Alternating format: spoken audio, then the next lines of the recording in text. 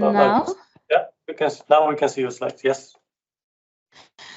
Okay, I can do my best. As I mentioned, I was actually going to cancel as I was quite unwell during last couple of days, but I would like to make a short presentation still on what we have done during this project on metrics communication. As we know, we have a team of Aleksandre, Asatiani, Miroslaw, and myself. And we are working on the project, which is called formally How to Succeed in Communicating Software Metrics in Organization. We have a number of collaborating partners such as Siemens, Gamesa, Axis, Ericsson, and Volvo.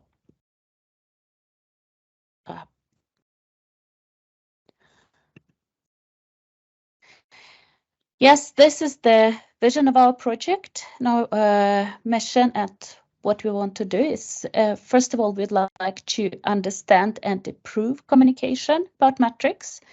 There are many studies on the technical side of metrics, but not so much at so-called soft factors, which can be quite important. So we would like to provide insights on and suggestions for enabling a more effective communication, basically help practitioners to work better with metrics. And also exchange experiences between software-centered companies and academia.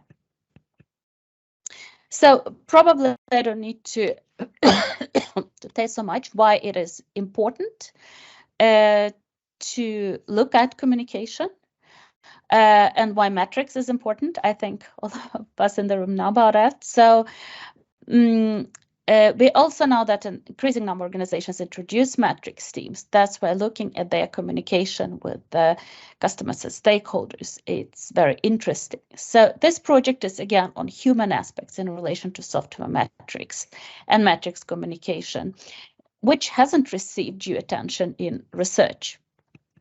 So a brief overview of our sprints.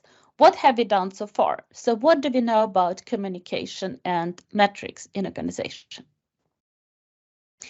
We've done so far 6 sprints. We start with metrics team stakeholder communication.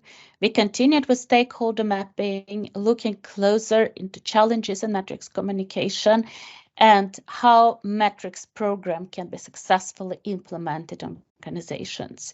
What decisions are made in metrics, and also we discussed with the number of companies in Software Center about their experiences during 6 sprints. And now we are planning the 7th sprint. What we have done on this so far, we've done extensive data collection, such we have 42 interviews, we have 7 interactive workshops, we have 11 recorded discussions with different companies on challenges in metrics communication, and also so-called experience sharing talks, which we conducted in the last sprint to listen how different companies experience communication around metrics, what needs to be done. And we also made data analysis and combine actually both data collection and data analysis. So when we could see that I'm not going into details, but when we can see, for example, that we missed some information, we could, with the help of the companies, we could reach out and get more information, which was very successful. So we are very, very happy to collaborate with the companies, to work with them. And what have we learned so far? What does research say in the field of metrics communication? So I tried to make a very brief overview. It shows that at the beginning, we looked very much on team stakeholder communication, and many findings there show that our findings show that aligning expectations is very important. Important to learn how to prioritize demand and provide regular feedback to each other, stakeholder to metrics team and metrics team to stakeholders, and also maintaining continuous dialogue, which is aligned with the findings in the research, which shows that there is a need in actually more research in agile context project on team stakeholder communication, and especially important to learn how to mitigate challenges. We also looked at matrix stakeholder identification. So if there are many companies which try to get matrix teams, and the question is, who are their stakeholders, whom they need to communicate with? So if you say there are challenges in stakeholder communication, the natural question is, who are the stakeholders? What do they want? What do they expect? And we actually looked at what expectations the stakeholder had, and matrix teams considered their stakeholders to have.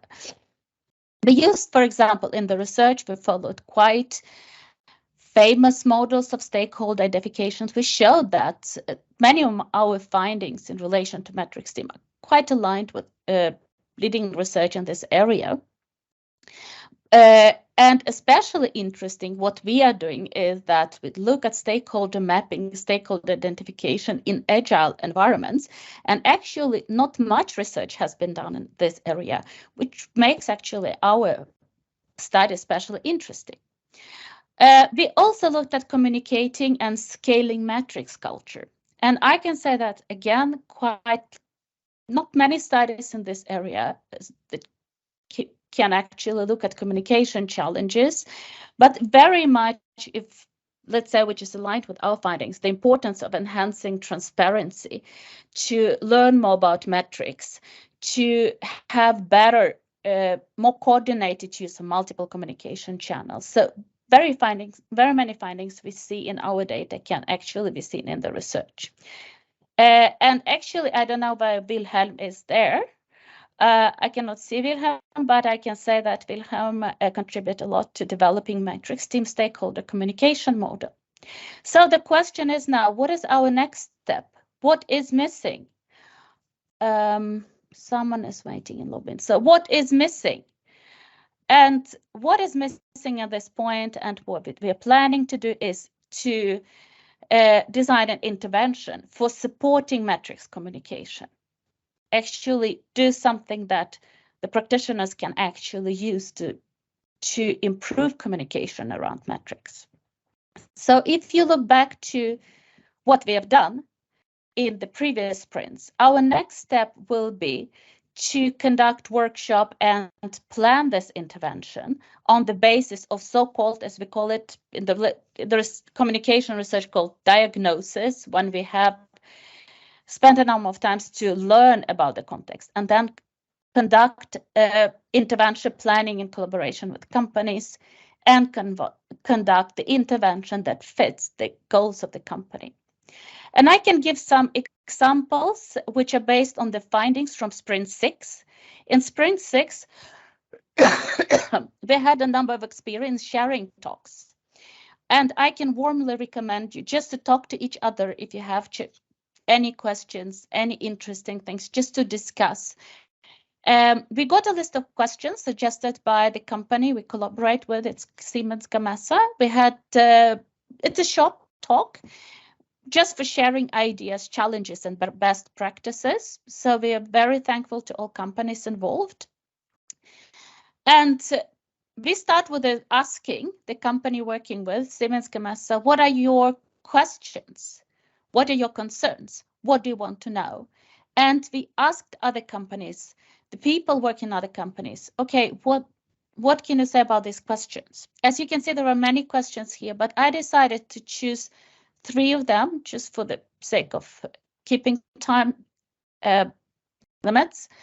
This is what we're planning at this moment. That just an example that we look at the questions which were considered important for the participating companies, and we will try to plan interventions around them. So if you look, for example, the first question, early funneling, how do you get ideas for metrics? And who decides if those are valid or interesting for the company? Excellent questions. How do we get ideas, let's say, not only for metrics, for anything? And how do you know whether it's important, interesting? Some comments from our talks were that metrics team members, they need to take initiative and identify these ideas, but they also need to follow the customer's needs and listen, take responsibility for identifying these needs. And of course, there was mentioned, for example, which is absolutely right, Software Center as a very valuable resource for getting ideas for metrics. So what can be done based on communication research? As we know, ideas are great, but they have different ideas of elaboration, and certainly can be incomplete or maybe partially proposals. So you need to find the strategies to present these ideas that they can, can be actually, first of all, generated and then evaluated and selected in an efficient way. Then you also need to have good strategies how these ideas can be, identified. And create arenas for sharing these ideas. This is one of the areas we would like to look at, for example, using quite famous techniques, for example, from communication research on idea generation, selection, and idea implementation in organizations, which I think can be potentially interesting for the companies. The second one was continuous dialogue. I think it's a common challenge. It's so obvious that you need to get feedback. Try not to get feedback. You don't know what is happening. So in our best practices experience sharing talks, the company shared many interesting examples that they all agreed that it's very important to have a continuous dialogue to monitor development of the right metrics and metrics use. But they also said that it's kind of difficult to establish these different forums for people working with software and hardware, like how to make those forums, how to invite the right people, what kind of meetings they need to have, and who should be invited to these meetings. So there is an awareness of sharing information, continuous dialogue is important.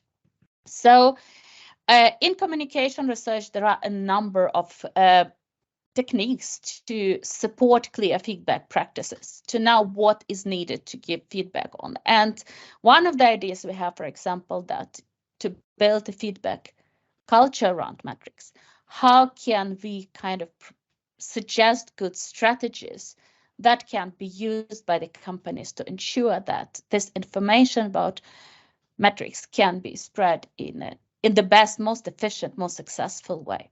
And there are a couple of models which I maybe you're interested, drop me a line, I can send you information, but they're quite famous to help, I would say, not only in the context of metrics, but in any organization to help with communication. And of course, this one, which also a question which, again, in metrics context is important, but what we're currently developing is what channels to use to inform users about updates. And here we have, as in any organization, there are formal communication and informal communication. Our respondents mentioned that it's very important to document, but not everyone is good at it. We lack time, lack consistency. Maybe not everyone takes responsibility for these boring tasks. There is some awareness of, for example, what channels to use. But at the same time, it seems to be quite complicated to make communication around metrics work if people are only working remotely and never meet each other. So it kind of complicates metrics communication. And from research, there are quite many nice theories and techniques in relation to media richness theory, showing what channels are successful, can be successful to use, and what information should be communicated using which channel or combination of which channels, when and how. This is another idea we have, and we are currently developing to use, hopefully in the next sprint. Sorry. Thank you.